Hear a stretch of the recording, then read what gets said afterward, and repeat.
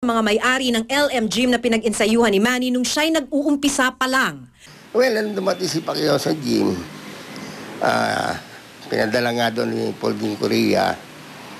Sabi ni Dolpo Nazario, siguro umuwi ko muna doon sa inyo, aliin po pa eh.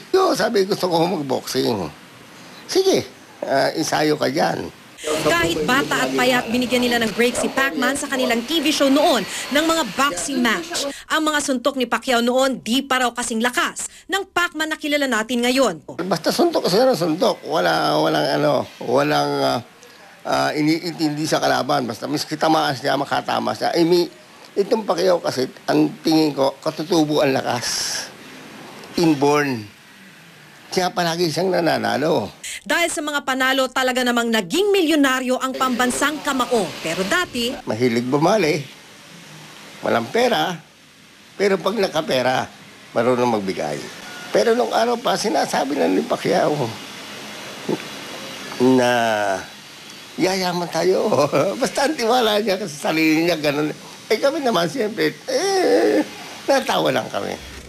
Ano ba naman ang naiba kay Pacquiao sa iba pang boksingero?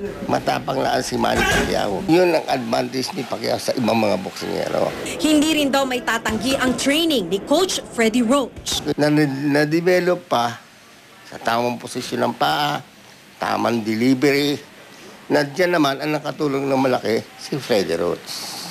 Ngayong malayo na ang narating ni Pacman, di naman daw sila nalimutan. Nang dumalo raw si Pacman nung birthday niya, isa lang daw ang hiningi niya sa pambansang kamao. Sabi ko sa kanya, Manny, maaaring Margarito, huling laban mo na yan. Pero hindi dahil sa hindi ka nalalaban, tapos na obligasyon mo sa boxing. Meron ka pang obligasyon, Manny.